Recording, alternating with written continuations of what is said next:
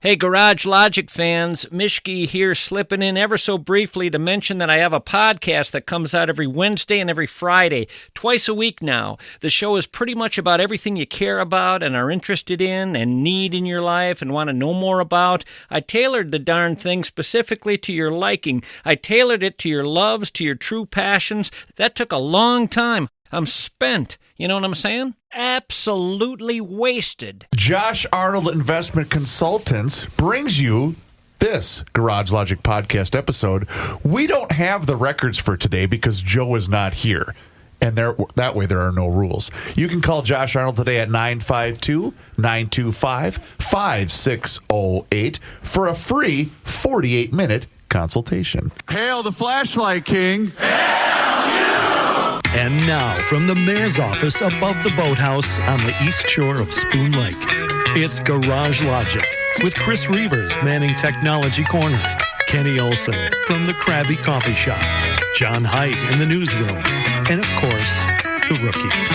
Here is your Flashlight King, Fireworks Commissioner, and the Keeper of Common Sense, your mayor, Joe Souchere. Well, Hi, good afternoon, everyone. I am not Joe Souchere. This is surrogate for the day, guest host. You have much better hair than Joe. Yeah. This is Patrick Garofalo. Pat, I knew Joe Souchere, and I can tell you, you are no Joe Souchere. Thank you. Ooh, was that Lloyd Benson? Yeah, Lloyd Benson, Dan Quayle. Dan Quayle, okay. Yeah. Wait, you knew Joe? Does that mean he's no longer with us? Yeah, don't start that. Don't pull a Mishki on me. Yeah. Hi, I'm Pat Garofalo, former state representative and current president of the Minnesota Grocers Association. It's my honor today to be once again guest hosting. Joe is busy. My understanding, I read this, is that he's busy researching. He wants to start a daycare business. Yes. Yeah, he's starting a. Can't beat him, join him. Yeah. So the what would the Garage Logic Joe Souchere Daycare Center? He pretty much has one. City. Daycare City. Daycare City or Daycare Corral. He pretty much operates one already, currently. Pretty much. Yeah. And he's got a lot of kids running in and out of that there is place. a lot of fraud. There is a lot of fraud. Right. Those kids don't pay. If he's listening right now, he is throwing stuff at whatever device he's listening to. So, well, first of all, good to see you guys. I want to start off with something that's not very topical. I just want to ask you about, like, we all live in Minnesota. It gets cold every winter. It snows every year. Why can't they plow the streets in St. Paul? I was about to ask the same thing. Is there a moratorium on plowing? Is it? Well, What's you know going the on? hashtag, don't you? From, was it 2 years ago? Rook, help me. 2 years ago. Was Melvin Carter just based? Was it Melvin? Somebody said, Yeah. well, it'll melt. It'll all melt. Don't worry, it'll melt. So that was the hashtag, was hashtag it'll melt. No, and again, I was in Minneapolis earlier today. The side streets that I was on were plowed. I come over here, and thank goodness my trusty all-wheel drive Tesla was able to muscle through the snow. But people are getting stuck on like the exit ramps from Aid Mill Road going up to Grand Avenue. Yep. People were getting Or you stuck mean there. the one on 280 when you're trying to get left on University and your wheels are just going, and three guys had to come out and help you push you get on University? Was that Is you? that what you mean? that you? was me. I was in the black Volkswagen, folks, that was holding up the entire... That was today? you? Was this today? Yes. Oh. It was an hour ago or something like that. Oh, I had no idea. Wait a minute. Is that the same Volkswagen that you got robbed on a couple of Got years ripped ago? off by the mayor of Garage Logic, who charged me, I think, all of $1,000 for a 2008 that had 100,000 miles on it. Oh, poor you. I paid way too much. Time for another American victim. Is that on par with if you run out of gas, if you get stuck in your 50s, you've lived here your car entire doesn't life. start. Yes. Or if your car doesn't start. That's your fault. You're an adult. Yeah, you're an adult that has to. It has to. That was you. I remember going on. What the fuck? It happens. You got.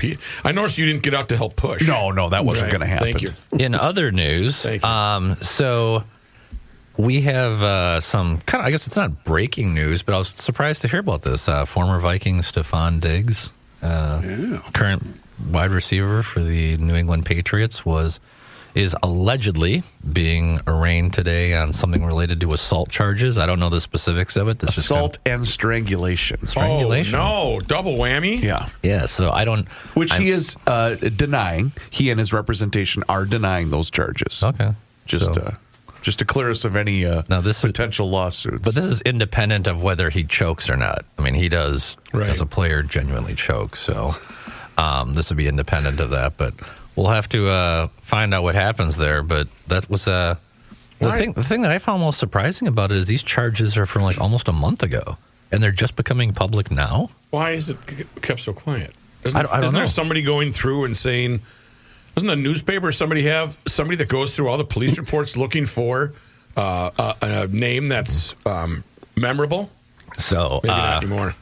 it'll be interesting to see how that plays out. I mean, he actually has dealt with quite a bit of adversity in his life, and as an accomplished athlete. But I don't. How much has been brought on by himself, though? Yeah, I'm talking like growing up as a kid and stuff. Okay. I was kind of surprised. Like, he does not seem to fit the MO of the rage-filled athlete. If you he does fit the MO of the playa athlete. Yes, he but does. He does not. P-L-A-Y-A. In fact, if you want, I mentioned this to you guys a few minutes ago, but if you want, there's a Vikings Entertainment Network video. I think it might have been Brian Robinson, the former defensive lineman. I can't remember who conducted it, but it's one of these walking through the locker room, talking to the guys kind of a thing. Yeah. And he asked at least between 5 and 10 different players, who's the one teammate you have that you would not want to date your sister? And they all said Stephon Diggs. Oh, no. Every single one of them Now said we Stephon know. Diggs. Okay, allegedly never that he good. did this. Never good. So that'll be interesting to see how that plays out. Hopefully, it's a misunderstanding and not true. But I mean, when he was Troubling. here, when he was here in Minnesota, I never heard of or read anything even remotely associated with him being Legal troubles. Yeah, I don't recall any myself. So we'll reserve judgment, but I thought that was interesting. More good news today. Do you know that today we have just short of 4 minutes more of sunlight than we did 1 week ago? I didn't know that, but I was at the airport today going down the escalator saying, it's December 30th. I wonder how many more minutes of sun, because I do play that game, Oh, yeah. and I was seriously thinking, how much more sunlight do we get? And you say it's 4 minutes. The sun is setting. Not that I'm counting, but it's about 3 minutes and 40 seconds of more daylight than a week ago. And it's always the sunset time, right? Because, yeah, we do increase it on both ends. But the sunset time, once it starts to get close to 5, you think, we're going to make it. We're going to get there. Yeah. We're going to get there. And I can hear the social media types mocking me for saying this, but it really is for some of us.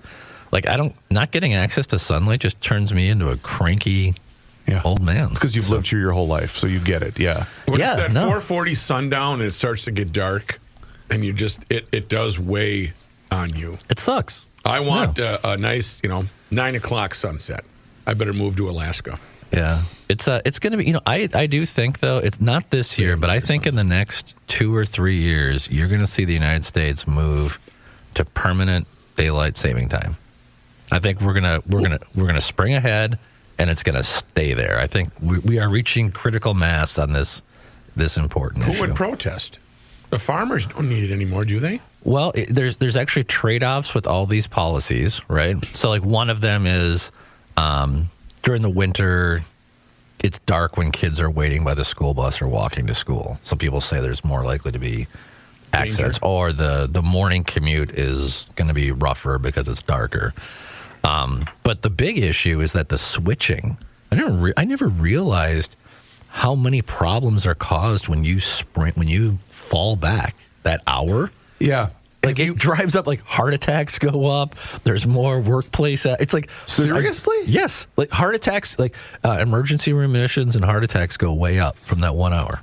So I do know, my wife and I have said this, we've noticed the difference. It's when you're going to bed, your bedtime. You play the game of, well, it's 10 o'clock really, but it's only 9 o'clock, and that's why you're tired, so you go to bed at 9 o'clock. There is a physical difference in the time for daylight savings time. I would agree. You know who has the best reaction to it?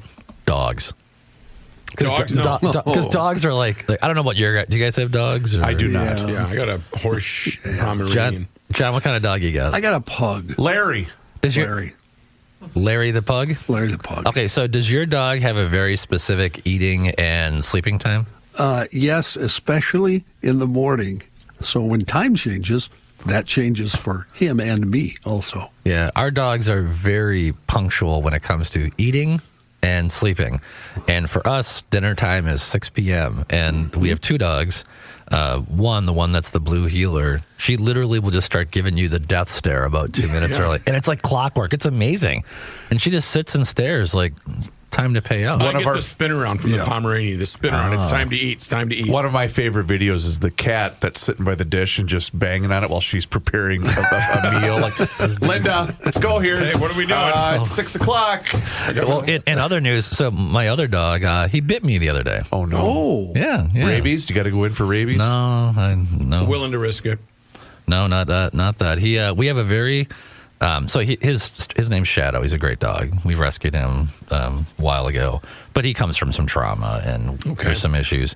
But we have a very specific bedtime routine. I'm talking about the dogs and I. Nothing beyond that. Yep. My wife's a kindergarten teacher. My lovely wife Julie. She is a kid. She goes to bed at 8 o'clock.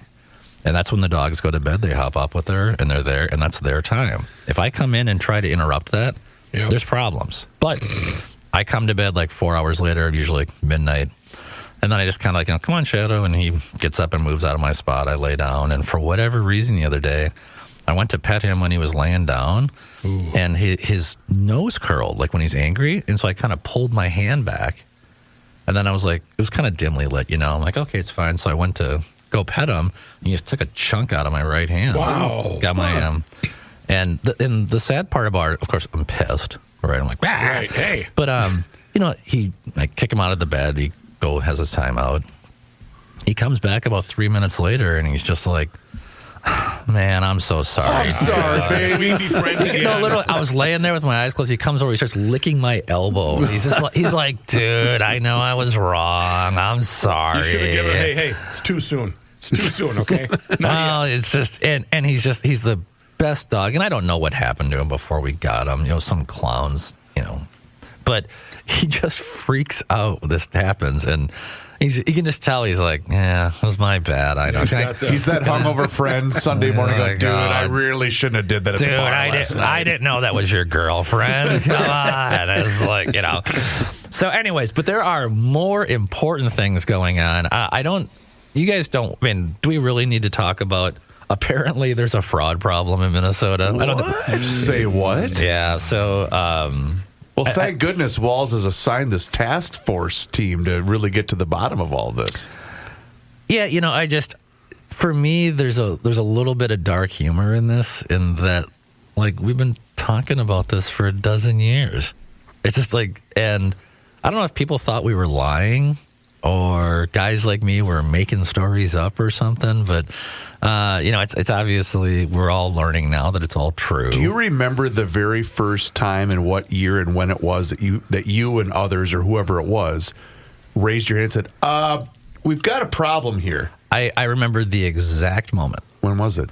It was 2010. A constituent from Hastings came in, and it was a guy I did not know, just knew he lived in the district. Sat down with them, and he's like, I've got to tell you what's going on. Do you know what personal care attendants are? And I'm like, well, yeah, I meant kind of, I loosely familiar with it.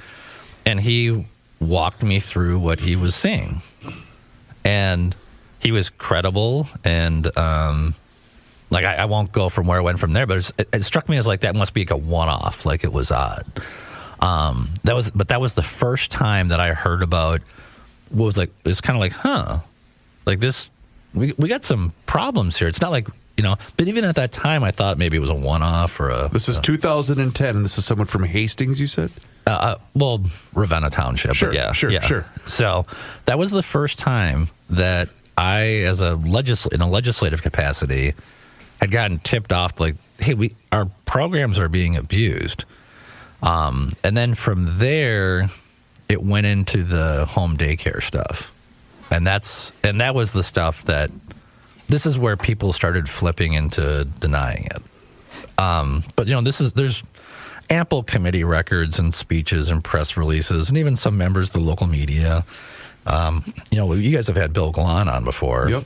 Bill Glahn, Yes. who is the 2025 World Champion See I Told You So winner this year. This poor guy. No, I mean, You're right. No, he did. He laid all of this out: the addresses, the people, how it worked, and for that he was accused of.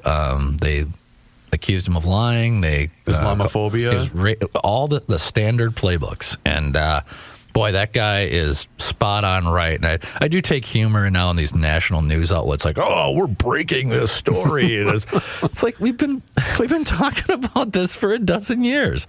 But anyways, so there's some new stuff now. I think a lot of people are exhaustively talking about this. It is. If you haven't figured it out yet, folks, I'll just give you this little advice that this is not going anywhere. This is not going away. This is the tip of the iceberg, and we are just now beginning to be exposed to what is the widespread, and I'll use the word abuse, of state resources.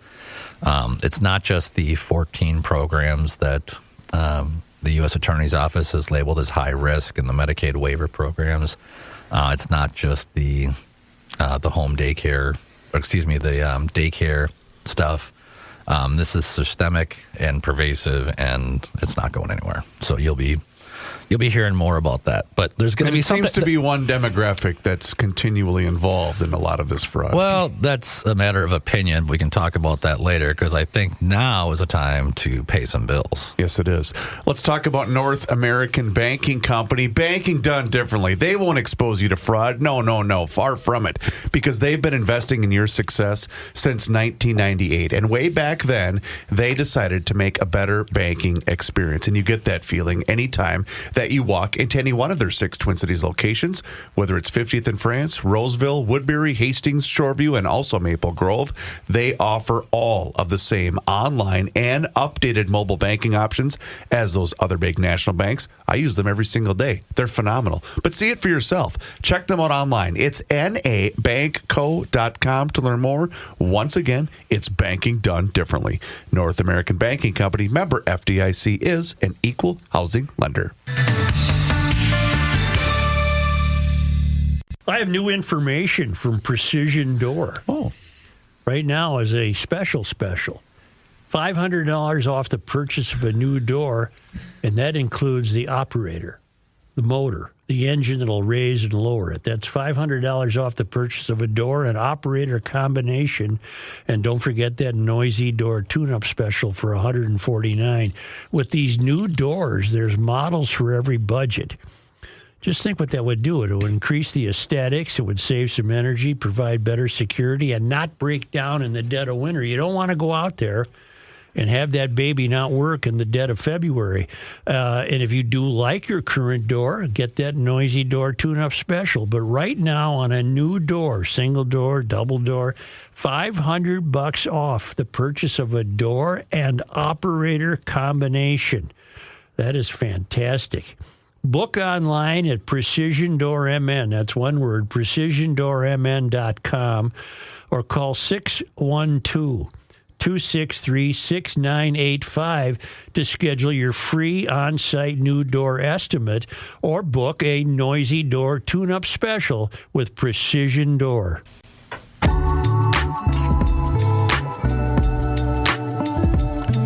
Here's a man that's going to do an ad when we return. It's not Joe Souchere. It's not Joe Souchere. It's the Rook here. WelterHeating.com has got a brand new website, a really nice, crisp, and clean look. And if you have a heating unit that is on the brink, making funny noises, do you really want to mess with that in January, February, whatever the case may be? Absolutely not. You would rather have a four-generation family, 4 generations of Welters have been heating and cooling Twin Cities metro area homes for over almost 120 years. Did that make sense? For almost 120 years. Yes, it's Ray and Welter that I'm talking about. Rick's holding the reins right now at Welter. Online at welterheating.com. If you want to go old school, you can make an appointment via the telephone, 612-825-6867. The reason Welter advertises on the Garage Logic podcast, well, they're busy, so it's not like they're trying to drum up new business, but they do know that all of you garage logicians, you want to keep Welter's name in mind. Put that name on the docket, so to speak, and that phone number, so when you do need that quick fix, they've got 24/7 workers that are certified that will come out and fix that heating unit, prepare that air conditioning unit, or that air purification system. I trust them. They've done work in my home. Please trust them yourselves. WelterHeating.com. Let them know that the Rook sent you. This winter, warm up your shelter with the fine folks at Ray N. Welter. So we were talking about the situation with fraud, and I don't want to talk a lot about it because enough people are doing it right now. It's developed into what's pretty obviously clear. The bottom is rusting out, and it's going to be a pretty extensive investigation.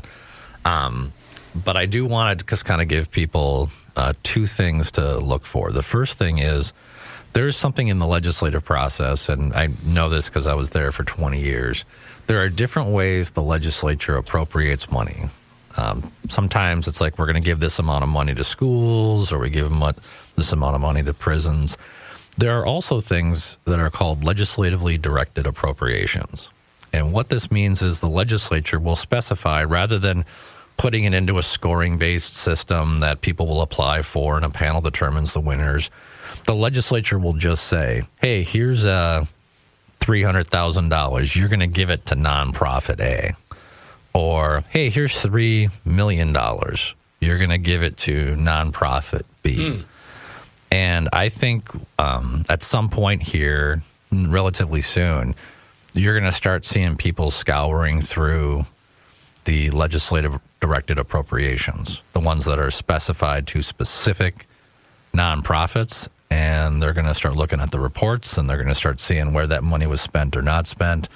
And I think that's going to be something that's going to be of deep concern, particularly when you had, in the post-COVID environment where you had maybe some of it well-intentioned. During COVID, they were just throwing money at everything. But then after COVID, Minnesota had this $18 billion surplus. And Walz was going to give $2,000 to every resident in the state of Minnesota upon his reelection. We'll put that to the side. There's plenty of, remember it was Walz box with his face on the check and the whole deal? There's plenty of people talking about that stuff. We want to have a unique conversation. I think that you are going to see greater focus now on these legislatively directed appropriations, where literally state employees were told, you will give this amount of money to this nonprofit, and you will do it now. And again, we had an $18 billion surplus. And as someone who served in the legislature during that, I'll tell you, the mindset was, you better do it now because who knows what the next election is going to turn out. And so they got the money out the door quickly on a whole bunch of things. And not all of it was bad, but some of it was. And so I think you're going to start seeing a renewed focus around legislative directed appropriations in 2023 and 2024. Who sets that standard? Is that voted upon? Is that something? Just gets rolled into a bill. So you've got, you've got a bill that funds economic development, energy policy, other issues. It's rolled into, you've heard the term omnibus bill. These things get rolled into a 78-page piece, 100-page piece of legislation. And everybody reads every sentence of those 78 pages. Some of us do. Yeah. I mean, some of us are a little bit nerdy and like to know this, but generally there's a very conformist attitude, especially in that environment where you had unified DFL control and one party's in total control, and the thinking is, listen, if you're sitting at the table, then you vote for everything. If you're not at the table, you vote against everything. That's certainly the easy way to do it. But there still are some people who read the bills and like to know what's going on them. But this is nothing more than, in those bills, they would say the commissioner shall appropriate this many millions of dollars to this nonprofit for this purpose. And they don't have to compete against other nonprofits or even government entities. The vetting is really subject to the author of the bill. and you can highlight things. But I think that you are going to see a renewed focus. And again, this is nothing new. This has been going on for a while, but I think now, in light of what has been happening in Minnesota, people are now. I think the Twin Cities media now feels a little bit more of a responsibility and maybe a little bit more motivation to look into this stuff. And so I think you're going to want to keep an eye on that in the months ahead. These legislative appropriations, without naming any names, there's some people who've been getting rich off the taxpayer. So, but what's the goal of the legislature right now, what you're talking about going forward? Is it finding where this fraud was and being accountable, or is it that's done, we can't do it now in the future? What's the mindset of the players? Well, that's going to be a matter of perspective of who the individual players are. Certainly, one of the narratives you're seeing being developed right now is that those from like the government union side are saying, well, this is why we shouldn't be sending this money outside of state government. If you want to help people, let's have state employees do this work. Let's have state employees, and you're going to have much more. You're not going to have this corruption because these are unionized state employees who we're hiring and vetting, and you're going to get this high quality level of service for these nonprofits that you're getting from your Department of Motor Vehicles. That's one of the narratives you're hearing right now. Okay. Another one is that, like, well, it's too late. We just got to look forward. We can't look backward. And there still is, believe it or not, there is a healthy level of denial going on right now. There are some people who still insist, like, there isn't a problem. That there really isn't. Do they believe that, or is this just a case of CYA? No, I mean, I think you look at the way people consume information and news right now. It is so siloed and so isolated. Right. If you go out and look at MSNBC, or if you go out on like the Blue Sky social media platform, people will tell you this is just racism. This is just targeted racism. Why aren't we talking about the healthcare executives who engaged in fraud and got pardoned by Trump? Like, this is just a distraction from, and they truly believe it. And the problem is that as people get their information more and more siloed, they believe they get a customized, curated feed confirming what they already believe. But in terms of the legislature, I think obviously, I mean, this is a problem. I'm stating the obvious, but I can't emphasize it enough. It's not new. But you know what is new? What is coming? In 2 days, we have a new state program coming online in Minnesota. Would you like to hear about it? Yes, please. Yes. So this is the Minnesota Paid Family Leave Mandate. This will start January 1st. And it's a complex program, but essentially what it says is that, like most Western societies, the state of Minnesota is now going to have a mandate that if you work, you're going to get up to 20 weeks paid leave on a sliding scale, depending upon what you make, to take care of a loved one if they're sick or if they need care, to bond with a new child. And much like feeding hungry kids or providing affordable daycare, it sounds really good. Would you like to know some of the details of the bill? Yes, would you guys please. Like to? Go ahead. I thought you would. I thought you guys would. So, and again, it's one of these things that we can have a reasonable debate about whether there should be a paid family leave mandate in America. And most companies, by the way, already provide something very similar to this. It's hit or miss, right? Yeah. Certainly bigger companies, it's part of their benefits. Other places, smaller businesses that are flexible, they may do it on a case-by-case basis. The employee who's been there 20 years and is super reliable, they may have a different benefit set than the person who's been there less than a year and works on a part-time basis. So, local business, like small businesses, may respond to it differently than a Fortune 500 company would. But the important thing is, like, there's a debate about, should the state come in and mandate this? But that debate was had. This was passed back in 2023, and it's taken a long time for the state of Minnesota to build an insurance company within the government. That's what they're doing, and it rolls out in 2 days. Now, there's a lot of things that play into it, but I want to highlight a couple of, let's just say, concerns that I have with the bill. Should I get the rim shot ready? The concerns with the bill. The first concern I have is that you get ready for it, you do not have to be working to take paid leave. No, and this is true. And I know for listeners who are listening to this, you may be like, wait, is this guy spouting some sort of hypothetical talking point? Is it someone abusing the system? This is not abuse of the system. This is not fraud. This is the way the bill is designed. And so wait a minute. If I'm homeless and I'm on the corner of 5th and Hennepin... No. That's different. Okay. So what we're saying is, if you have worked at some point in the last year. So let me give you the most practical application of this. We have many people who are paid to work 9 months out of the year. Sure. Teachers come up to example. People who work in the construction trade, maybe seasonal workers. Yeah, many people less. get laid off in the winter and whatnot. Absolutely. Yep. Right. And so when you are not scheduled to work or go to work, you are still eligible for this new paid family leave benefit. So the paid leave department, they don't write the law. They have to enforce it. They have issued a memo called Paid Leave for Educators. If you're watching on YouTube, I can show it to you.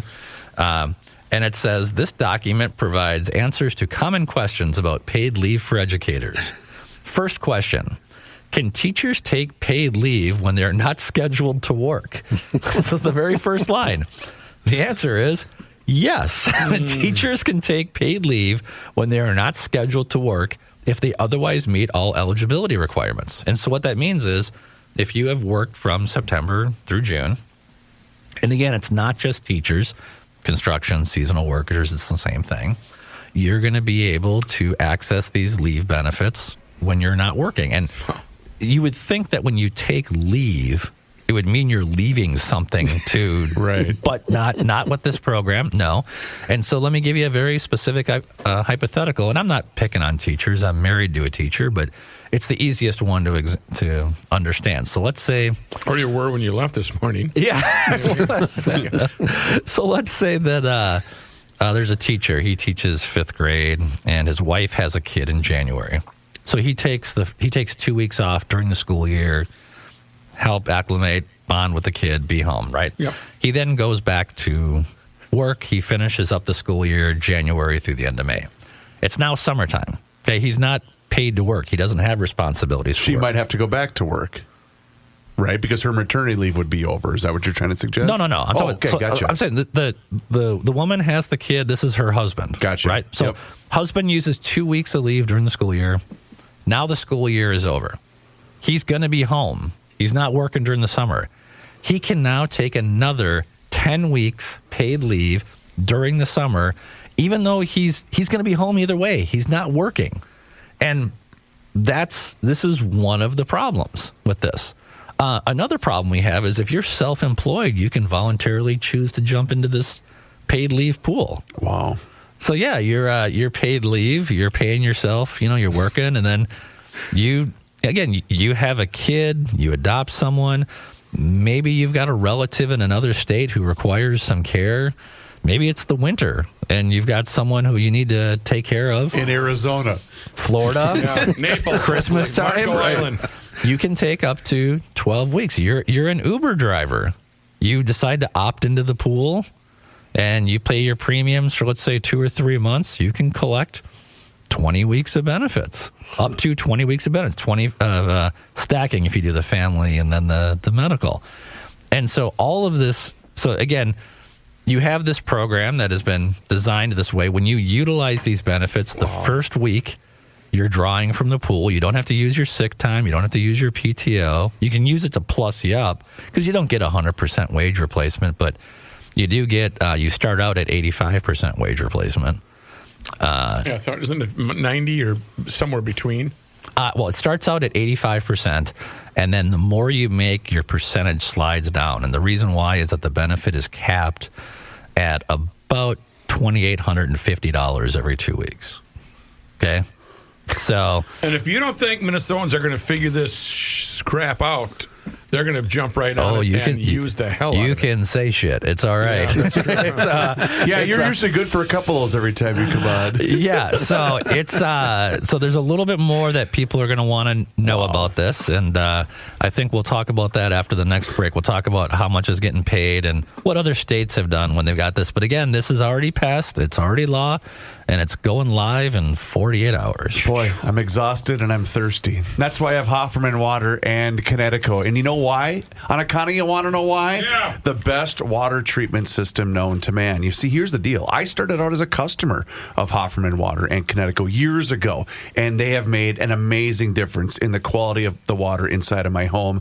And here's the deal, ladies and gentlemen. Bad water can affect almost every aspect of your home, but you get on that schedule, you have them come up for that free water analysis, and it will do an amazing job to protect your appliances, whether it's cooking, whether it's laundry, showers, everything is better with Hofferman Water and Connecticut. But get on that schedule today. 612-895-2440 or book your appointment online at hoffermanwater.com. And as long as you're on that website, you can see every single different water treatment system that they have to offer. 612-895-2440 or visit hoffermanwater.com. Hofferman Water has been proudly serving the state of Minnesota for over 50 years. Please do me a favor and mention that you heard about them here on the Garage Logic Podcast. Reavers here once again for my guy, Mr. Money Talk, Josh Arnold. Does thinking about retirement make you uncomfortable? Well, sometimes the anxiety from wondering if you've saved enough can be overwhelming. But what if I told you that you could ease those tensions in just 48 minutes? Well, Mr. Money Talk is going to be able to sit down with you and get you on the right track for your financial future. Josh has navigated it all when it comes to uncertain market and economic conditions, and he'll always provide straight talk, never sugar-coated advice on how to reach the finish line with your retirement goals. Don't let your financial worries give you an ulcer or keep you from calling Josh right now. His 48-minute, no-obligation consultation could be just what you need to feel better about your future. Call Josh today at 952-925-5608 and set up your free 48-minute, no-obligation consultation. That's 952-925-5608. Investment services offered by Josh Arnold Investment Consultant, LLC, a security investment advisor. Past performance is no guarantee of future results. All investments involve risk. All comments and opinions are Josh Arnold's and do not constitute investment advice. Chris Reavers is a paid endorser.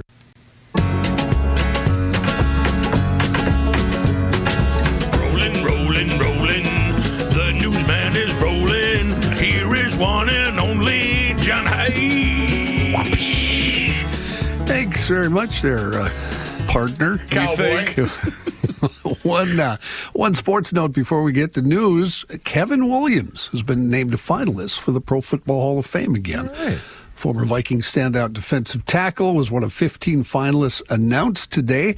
Those finalists also include Minnesota native Larry Fitzgerald, Drew Brees, Reggie Wayne, Frank Gore, Adam Vinatieri, Eli Manning, and several others. This will be, as I said, Williams' 6th year of eligibility.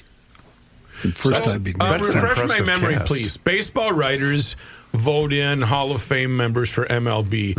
Who votes in football? The way Royce explains it is, I think it's Mark Craig is the Vikings representative now. That Sid was for the longest time, and he presents to the panel why he believes, like, for instance, Kevin Williams should be elected.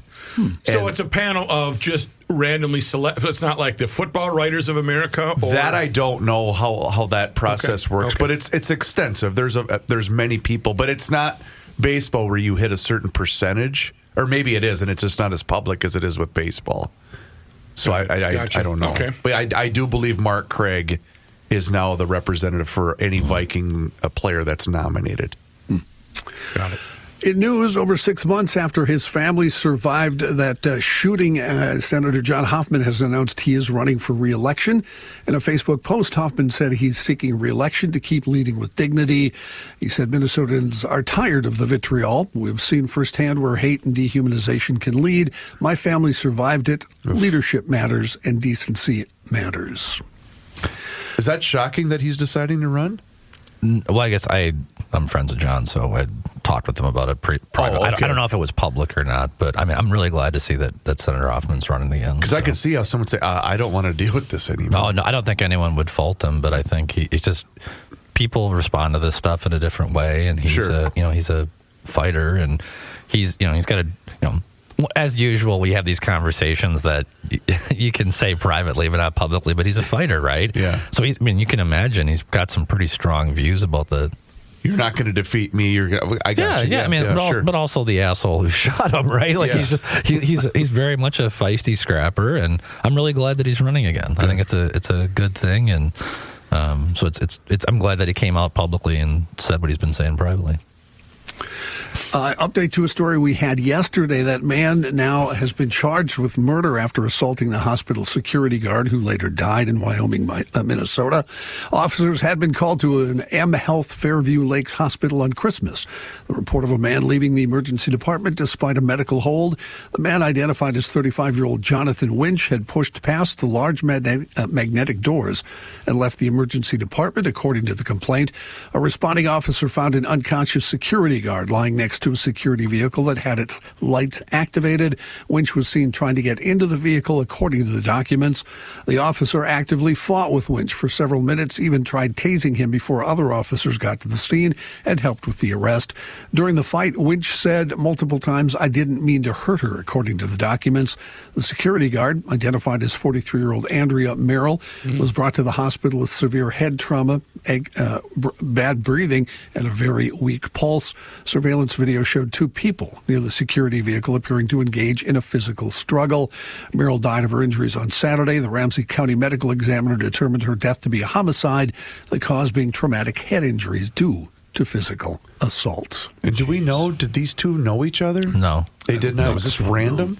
No, this guy was he was under a psychiatric hold. Okay, I should not say psychiatric because I don't know that, but he was under a medical hold. Wow. Okay. So, but no, this is why when people see like these videos of why is this security guard overreacting or whatever, this is why. Right.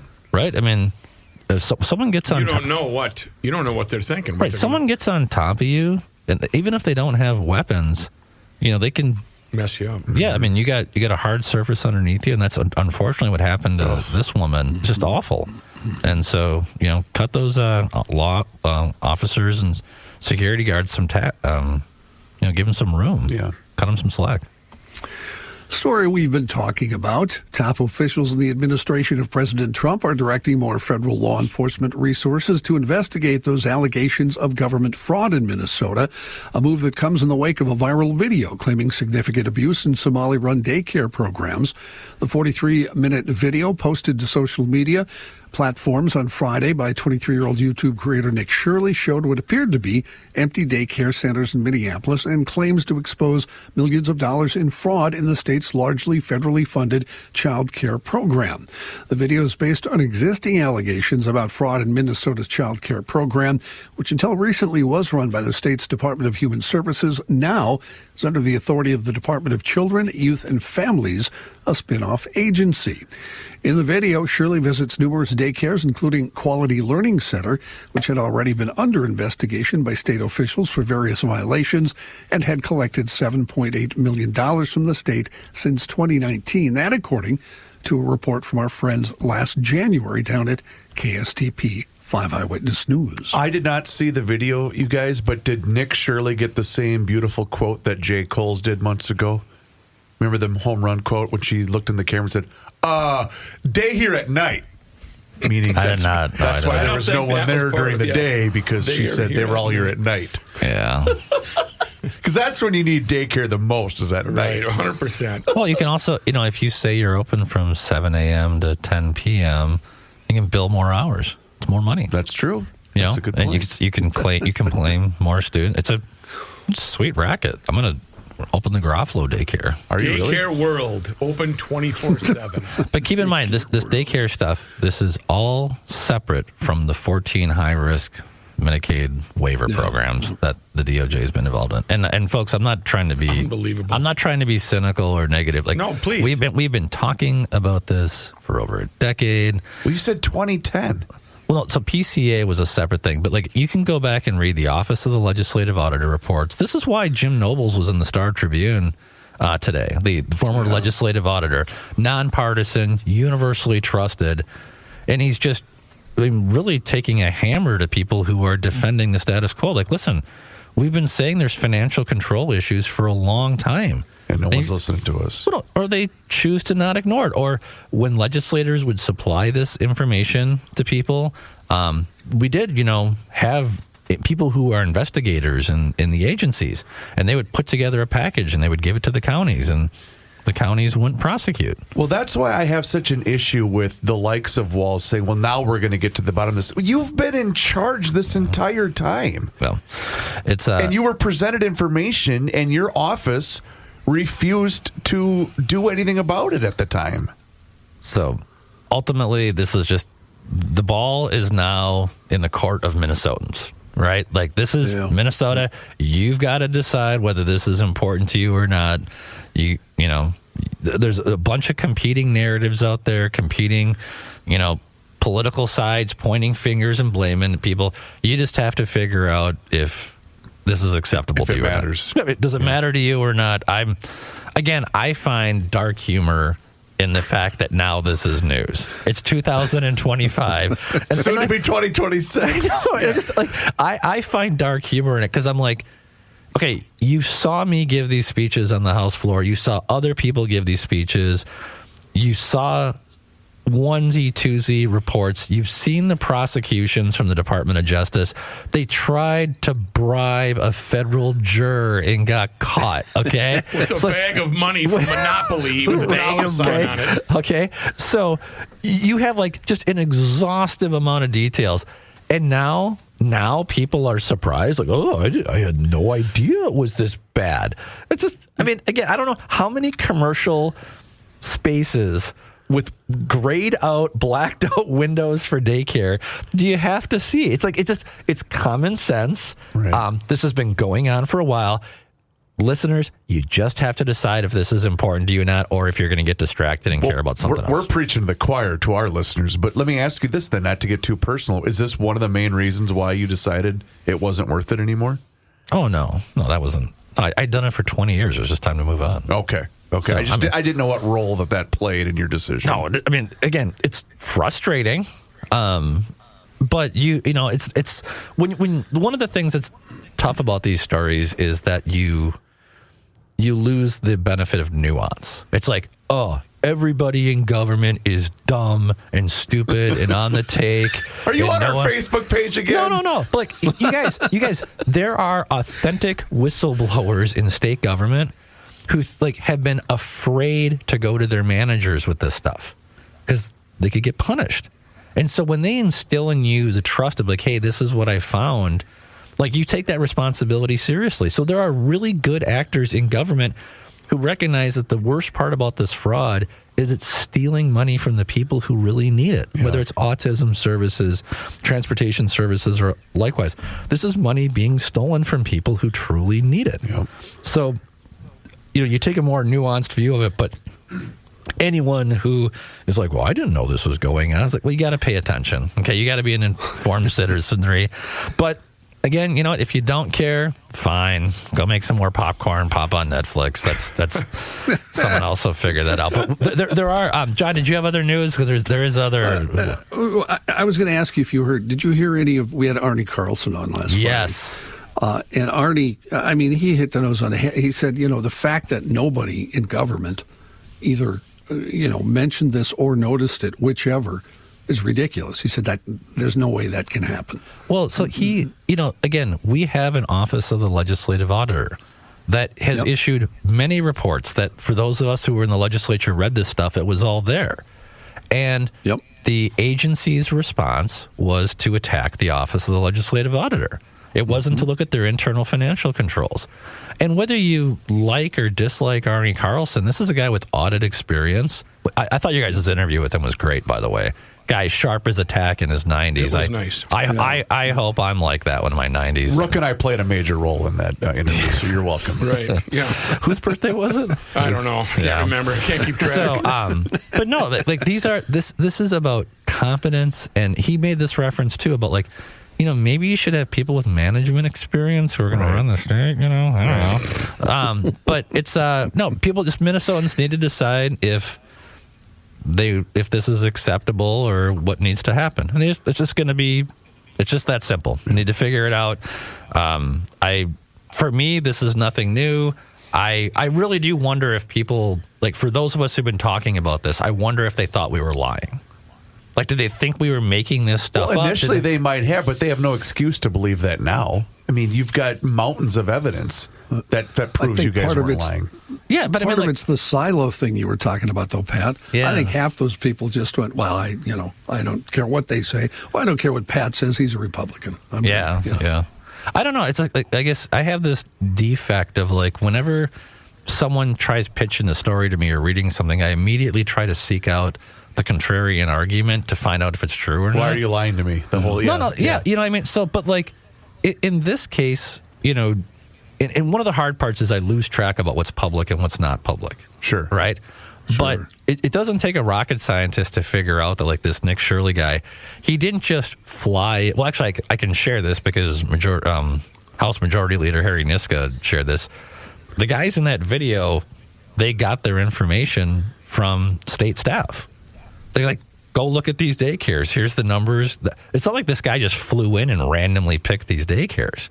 Right. And it wasn't He was provided information from moles. Yeah, from House staff. And then the same thing, like, remember, Jake Holes reported on this in January, right? I mean, Yep. So this is, and we're just talking about the daycare side of things, but you can, from a forensic perspective, when you start having 1,000% increases in programs without a corresponding population accounting for it, it just, you know. It doesn't pass the smell test. It does not. Yeah. So, but we have. So it'll be, John. It's going to be interesting. We'll see what happens. But I will just tell you, this is not going away. It is going to increase. The federal government is involved, and at some point, we just have to have an honest conversation as Minnesotans, not as Republicans or Democrats, but as just Minnesotans who love this state, that our delivery of public services is broken. Okay? We are not we are a poorly run state. Our service delivery is broken, and we need to do a better job. You know who is going away for just a brief moment? We are. Because we are nuts. And we are nuts. MN.com. I think I told you guys, the boy and I did a road trip a little over a week ago. 3 jars of cinnamon toffee peanuts he wolfed down on that road trip to Cleveland and back. And he wanted more, so we had to stop at Fratelloni's and get some more cinnamon toffee peanuts. But that's the beauty of it. Yes, Fratelloni's Hardware and Garden Stores, Lunds and Barley's, Kowalski's Markets, Cub Foods, Coburn's, Quick Trip. It's everywhere right now. So what do we go through the most? We cinnamon toffee peanuts, Hokey Pokey popcorn, and the cashews and the maple bourbon toffee almonds are the biggest hits in my household. But you can see their entire lineup online at wearenutsmn.com. Handmade in small batches right here in the great state of Minnesota. And it's a wonderful family-owned operation. And it's been a great relationship here with the family of We Are Nuts and wearenutsmn.com. If you're not able to make it any one of those locations, like I said, just place your order online at wearenutsmn.com. And please do me a favor and mention that you heard about them here on the Garage Logic podcast.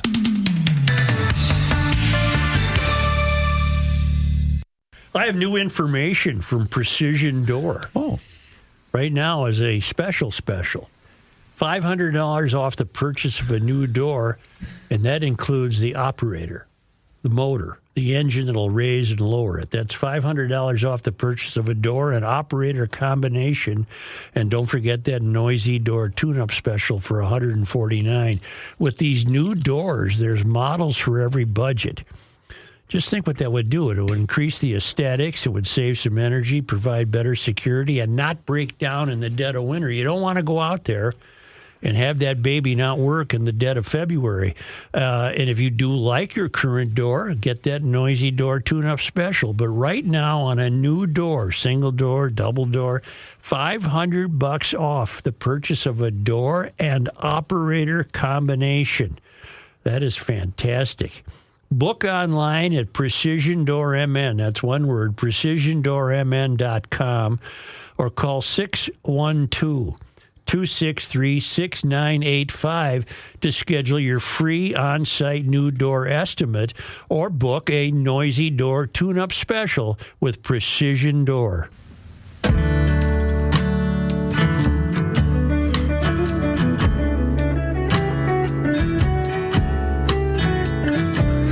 Here's a guy ready to do his liner read from the previous segment. Whoops. Johnny Heidt in the newsroom. Thanks, Chris. I should mention before we do this second, somewhat lighter segment of news that it's brought to you by North American Banking Company. Thanks, fellas, as always. Thanks for saying that again. 1 decade after an investment firm was created to help save Sears from its demise, well, hasn't worked out so well.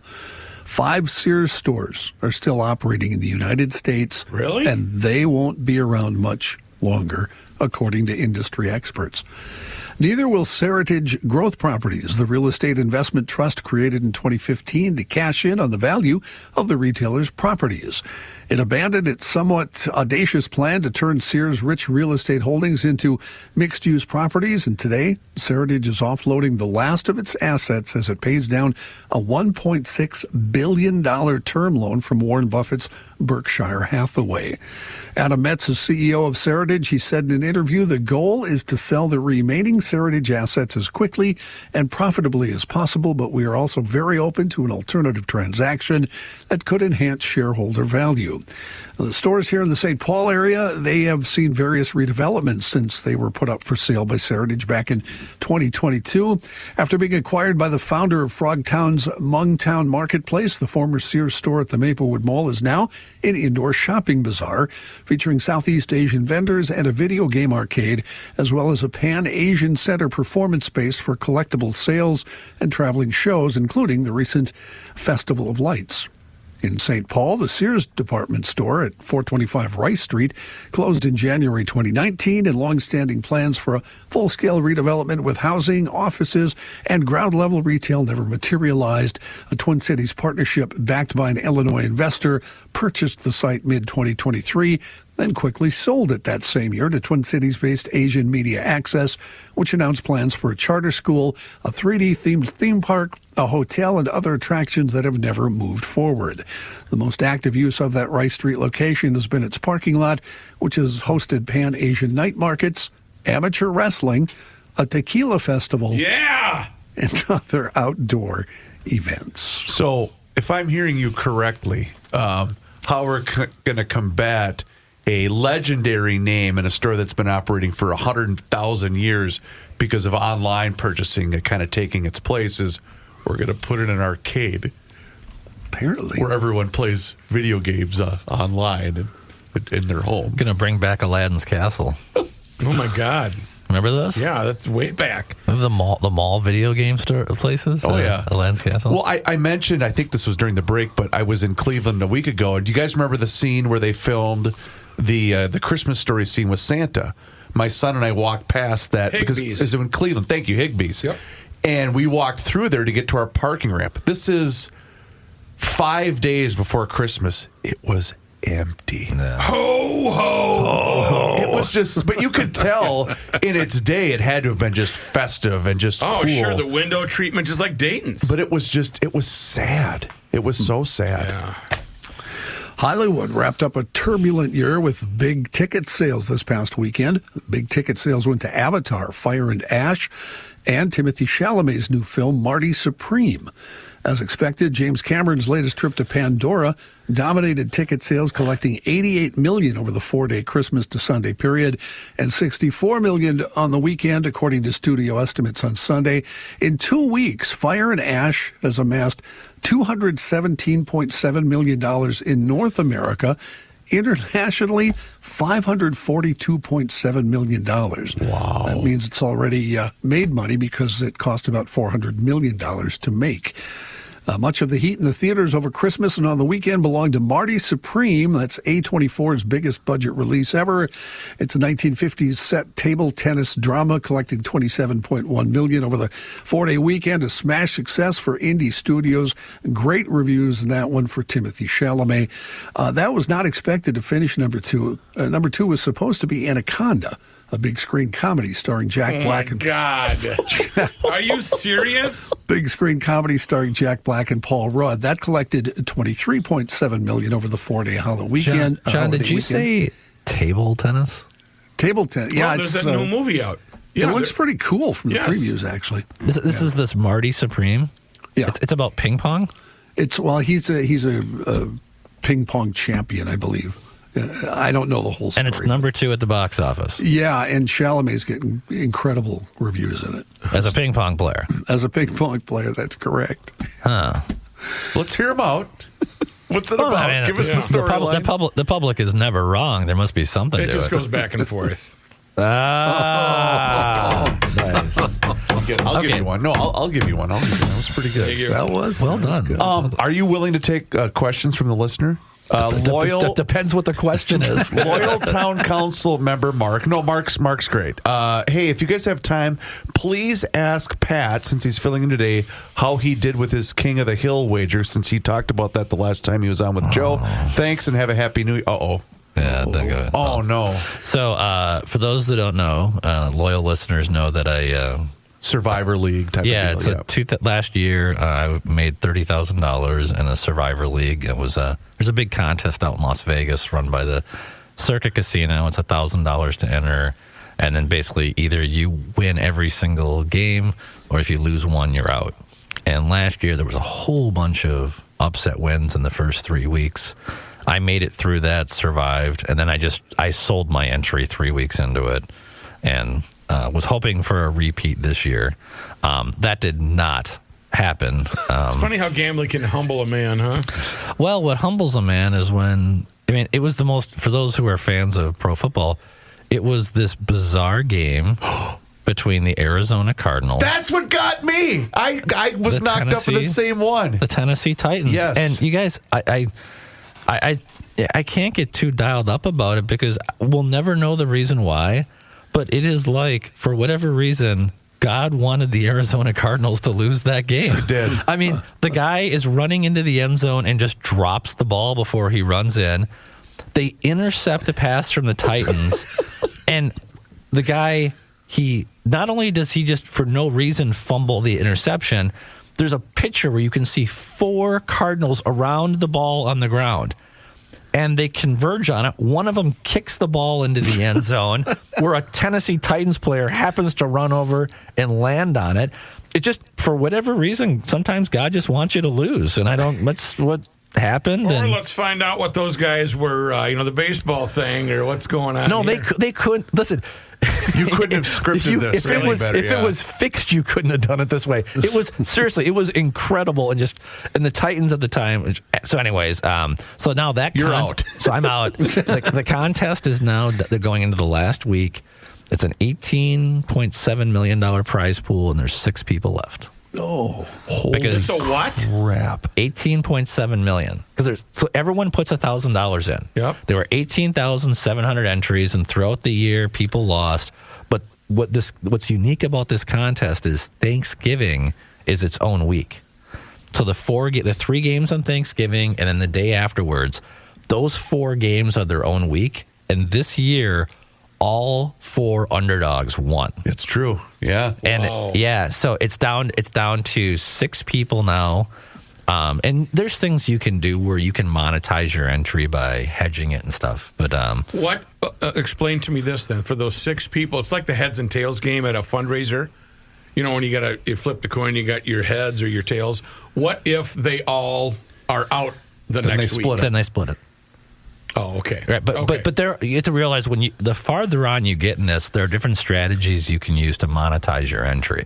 So you can just sell your entry to someone else. Oh, I'd be selling that thing right now. Well, week 18 is by my wife it's so unpredictable because you don't know who's going to play, who's going to actually make an effort, and who's not. And again, coming into this week, you can do things like, okay, my entry has an implied value of $100,000. Well, the casino will give you a line of credit to bet $15,000 on the other side of it. So if your entry loses, then your $15,000 wager wins, and you can cash out that way. So I'm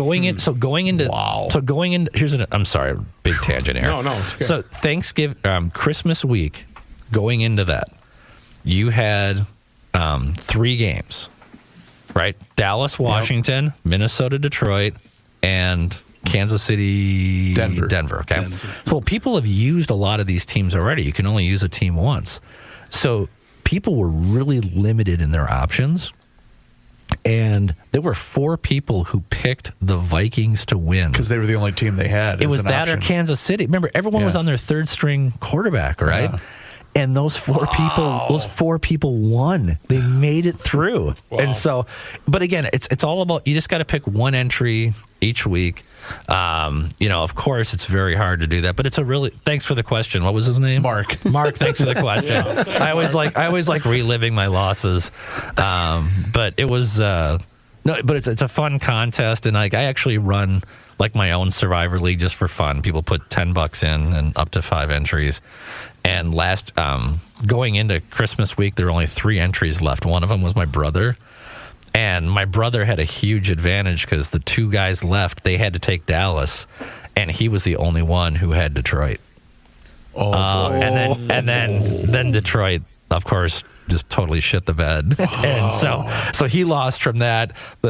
I will say, I hope my brother isn't listening right now, but it was enjoyable reading his text messages. Just, but no, it's a fun little contest. And what I do now is I kind of share entries with people. I don't, Sure. That $1,000 thing was kind of a fluke, but it's a good time. So I do have one thing before I go here. I wanted to just make sure everyone knows about. And this is in the area of food, being the president of the Minnesota Grocers Association. MGA. I'm a big fan of talking about food and groceries, and the you guys eat like frozen pizzas and stuff, right? Hell yes. Sure. Okay. Yeah. Just it's not a plug. You got a special? No. It's just, yeah. Tell them Pat sent you. Well, MGA affiliated. Coupons for us, How fun would it be if I did that? I think if I picked one of the stores, I said, if you go to Store X, tell them Pat sent you. They'll give you a 2 for 1. Go to Vogel's on Randolph and Fairview. Watch me get fired. I'm not going to do that. No, okay. I just last night I had a Kowalski's pizza. Like they have their own in-house pizza. Oh, yeah. It was really good. Yeah, they make a good slice. But anyways, unrelated to that. So there is the North Market in North Minneapolis. I don't know if you saw this. Yes. Pillsbury United Communities, the store it's a nonprofit, announced last week that they're gonna close the store, and they cited financial concerns and the small margins. It's difficult to run a grocery store, and of course the policy consideration here is that we don't want to have food deserts where people can't buy groceries. So they've been the store has been relying on philanthropy for 30% of its funding, and that still wasn't enough to keep them open. So wow. So that's going to be closing. They said they have plans to they're going to pause, and then they're going to try to reopen it with a different model at some point in the future. But the good news is that you do not need to fret because a solution is on the way. What is the solution? What do we got? This is great news. This is breaking news. This is from KSTP. This came out this was yesterday. Minneapolis city leaders are considering opening a city-owned grocery store to address the lack of access to fresh, affordable food in some communities. The recent announcement of North Market's closure, that's that place that closed, has expanded the food desert in North Minneapolis, prompting discussions about a city-run grocery store. Last year, the Minneapolis City Council allocated $200,000 during its most recent budget cycle for initial investments in the city-run grocery store idea. Councilmember Robin Wansley said the first steps include identifying partners and finding a location. The government needs to fill in the gaps, step into the void the private market is not meeting, is what she said. When asked if the city can effectively manage a grocery store, Wansley responded, quote, "It's the same as the city caring for our roads, public housing, and water," end quote. Yeah, just what I want, to buy a head of lettuce that's been sitting in a city warehouse for the last 3 weeks. And well, I'm sure. The freshest ingredients. I'm going to Kowalski's for my freshest ingredients. I can tell you that right now. It's we'll see how that turns out. I really, really hope the city of Minneapolis doesn't go down the route of the city-run grocery store, because it'll, in all seriousness, it'll make matters worse. Because it worked out well in Kansas City. Yeah, it worked out. Yeah, and didn't Seattle try that too? Well, there's a lot of if you look at the food it's hard to run a grocery store. It's labor intensive. It's capital intensive. You have constant turnover. You have, dollars sitting on your shelves in terms of inventory. In some neighborhoods, you have to compete with, unenforced theft. On top of that, you've got, particularly in Minneapolis and St. Paul, you have labor mandates that drive up the cost of labor in the... Because the minimum wage goes into effect tomorrow as well. Or not tomorrow, but... it's an increased minimum wage, which I think in Minneapolis now, is up to $16.17. Statewide, it's 11, correct? Yeah, so there's a much higher there, and then the paid family leave mandate that is going into effect. And Pat, just because it didn't work in the private sector, the city is here to save us because they'll make it work. I have to assume that people are going to want to avoid this shit show, and it's not going to happen. The Minneapolis City Council elections actually went pretty good this year. In terms of like they moved the dial towards pragmatism and adulthood, and I have to think that towards adulthood. Well, no, I mean, but you're right. What do you when you're talking about we're not talking about progressives and DFLers here. We're talking about like the DSA. Yeah. Okay, these are like the seize the means of production crowd. Yeah. When you're talking about these people, I don't know other way. Like you have to moving towards adulthood. That's the best way I can. You're right. Describe it. But anyway, so that's on that note. That hopefully we are able to see some more private sector solutions towards expanding food access in the Twin Cities because it is a big deal. And everyone has to eat, so we should be able to agree on that. But once again, I want to say thank you guys. Joe, be back soon. Good luck with the new daycare you're building. I hope it goes well. We'll catch you guys next time. As always, fun seeing you guys. Have a great New Year's Eve and New Year's Day. Pat. Thank you, Pat. We'll always appreciate you coming in. And if you have not done so yet, hit the subscribe button. It's right there on the Garage Logic YouTube channel. That's right. Garage Logic has a YouTube channel, and you can watch the show each and every single day, starting right around noon. And you can also see full segments, video shorts, behind the scenes footage. It's all there for you. Just search Garage Logic on YouTube, along with all of our social media channels. That includes Facebook, Instagram, and X. And also, sign up for the Daily Logician. That's an email that comes right to your inbox each and every single day, and it includes the most recent episode of the podcast. Find out more and sign up today at garagelogic.com.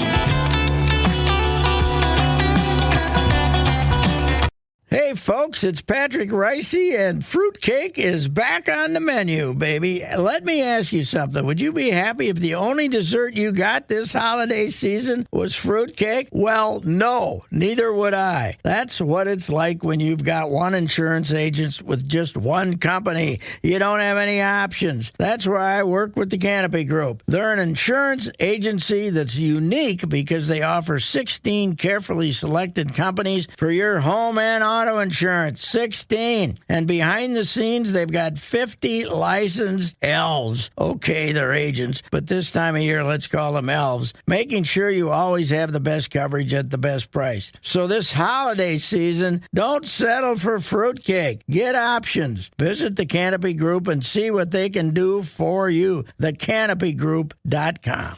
Time once again to check in with our guy, Mr. Money Talk. Josh Arnold is with us once again right here in Garage Logic. And now is the time for you to do the same. So do not delay. Do exactly what I did and pick up that phone and dial 952-925-5608. That number once again is 952-925-5608. When you call that number, you're going to get Josh. And he is there for you for that free, yes, I use the word free, 48-minute financial consultation with absolutely zero obligation. And he will always give you the straight talk. He will never give you the sugar-coated advice. And he is on the line with us once again right here in Garage Logic. And boy, Josh, the Fed Minutes Show. The Fed Minutes Show, a tight split over cutting rates versus leaving rates alone, as Fed governors debated whether the economy was growing, whether the economy was shrinking, whether unemployment was growing, or whether it was more important to cover still inflation. Well, let's just talk about inflation as we have in discussing the Fed all year. Inflation is not, in my estimation, the inflation, in my estimation, is not going to get down to the Fed's 2% target. Almost impossible to do. It could come close to that, but to get to 2% or even below that, the economy would have to go into a stall or into a recession to bring prices down that much. Just in terms of looking at the consumer price index, over a third is devoted to housing or mortgage equivalent rents or rent equivalent mortgages. Well, even if mortgages come down a little bit, if interest rates drop, you still have the monthly cost still going up because the next largest chunk of the CPI is insurance costs. So you have property and casualty insurance. I don't know about yours, Chris, but my property and casualty insurance continues to go up, not down. Have auto insurance. That has not gone down either. That kind of creeps up. Then I have my property taxes. Even in a old neighborhood that I live in, property taxes have continued to move up. So that, and now the insurance cost, my property tax increase is greater than the level of inflation, currently a little over 2.5%. Then I can talk about the cost of education. Well, that's at least twice the cost, in some cases 3 times the cost or the increase in the inflation number.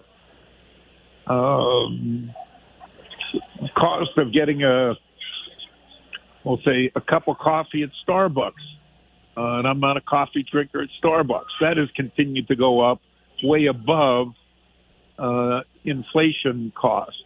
So getting to that 2.5% inflation-adjusted number, so the Fed is going to be very difficult, and that puts the Fed in a box about cutting interest rates.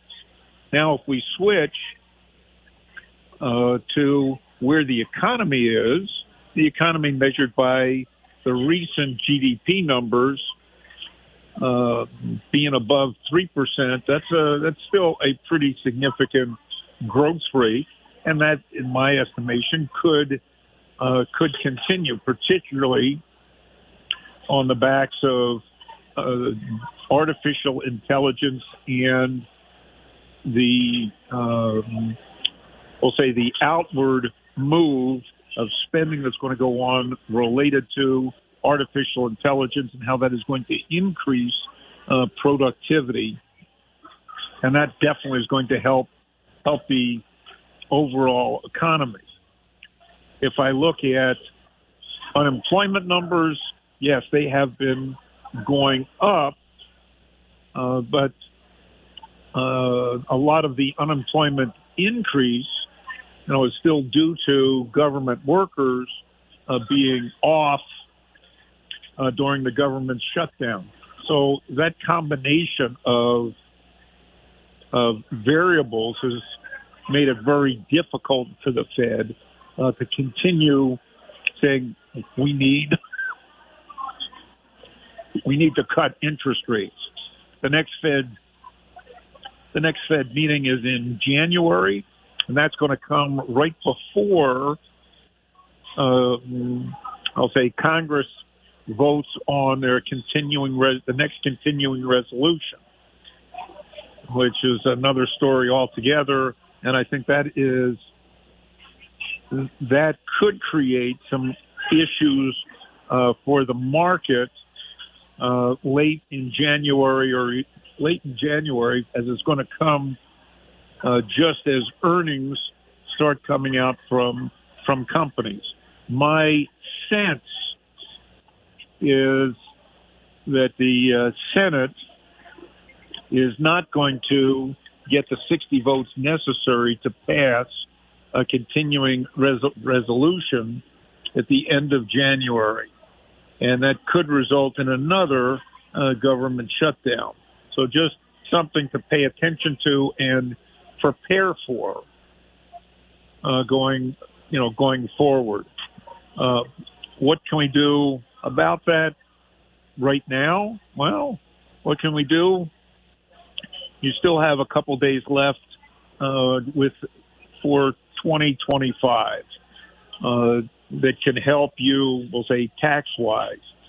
If you have any losses that you have not realized right now and still have a lot of gains, taxable gains, it might make sense to sell some of your losing positions before the end of the year, and you can use the losers to offset any of your short-term winners. You can report up to $3,000 of taxable losses against your income, and any losses that are greater than that, they get carried forward into 2026. So that is something to do right now. Another thing you can do to reduce your taxable income right now is if you have not fully funded your 401k, make sure that you do that. You still have a few days today and tomorrow to do that. If you have not given to a charity and you have a favorite charity, and I'm very big on making charitable gifts and recommending that the same, make a charitable contribution either today or tomorrow, and that can also help reduce your taxable income for 2025. Now, going into 2026, negatives that I see, one is you've got midterm elections. Second, you're going to have a new Fed chief that'll take office in late May and into June. That could be seen one of two ways. And the possibility of interest rate cuts coming before the election, could be a possibility, and that could help boost the stock market into the summer and into next fall prior to the election. But I would make a presumption now that the market, I'll say in the late summer and into the fall, will be a little bit more volatile until after the November midterms. Then, of course, as I mentioned, you have the continuing resolution that could bring a government shutdown the end of January. Offsetting that, on the positive side, you're going to have better than expected corporate numbers coming forth. But again, caution would be on company guidance for the next quarter and year, and you'll have a positive impact from the big, beautiful tax bill, which should provide both individuals and companies some comfort and extra spending money into 2026. Themes to focus on, well, I'm still going to pound the table on artificial intelligence and artificial intelligence-related names, and they could be in, we'll say, more in the software rather than in some of the hardware. Favorites, Apple and Amazon could be beneficiaries of that, as well as, we'll say, Microsoft, Palantir, and even Tesla. But I still look at Tesla as a car company. At the same time, some other positives into the market could be an IPO of OpenAI, which currently a private company, and they're behind the Chat GPT product, and they recently got some additional funding from SoftBank, and SoftBank does trade as an ADR here in the United States, and that might be a way to invest, we'll say indirectly into OpenAI. The next big IPO for the year is going to be SpaceX, which owns Starlink and the Starlink satellites. Also a private company, but they're not associated with or not part of Tesla. That's a separate company. And there are a few currently publicly traded vehicles that own the privately held SpaceX, including Barron's Partners Fund and ARC Innovations Fund, to name two. But again, those are small parts of these two funds. But those could be the two big IPOs coming into next year. Do prepare for more volatility, and I do continue to recommend keeping up to 30% in cash, the balance invested for longer-term growth, and that should help do well in what could be an interesting 2026. Excellent advice, as always, Mr. Money Talk. You heard him, GLers. Now is the time for you to pick up the phone and make the call for that free 48-minute financial consultation with absolutely zero obligation. And you do that just like I did by dialing 952-925-5608, where you always get straight talk and never, ever sugar-coated advice. Josh, once again, thank you so much for the time and the chat. Enjoy the rest of your day, and we'll talk to you again tomorrow. Look forward to it. Thanks, Chris. Investment services offered by Josh Arnold Investment Consultant, LLC, a security investment advisor. Past performance is no guarantee of future results. All investments involve risk. All comments and opinions are Josh Arnold's and do not constitute investment advice. Chris Reavers is a paid endorsement.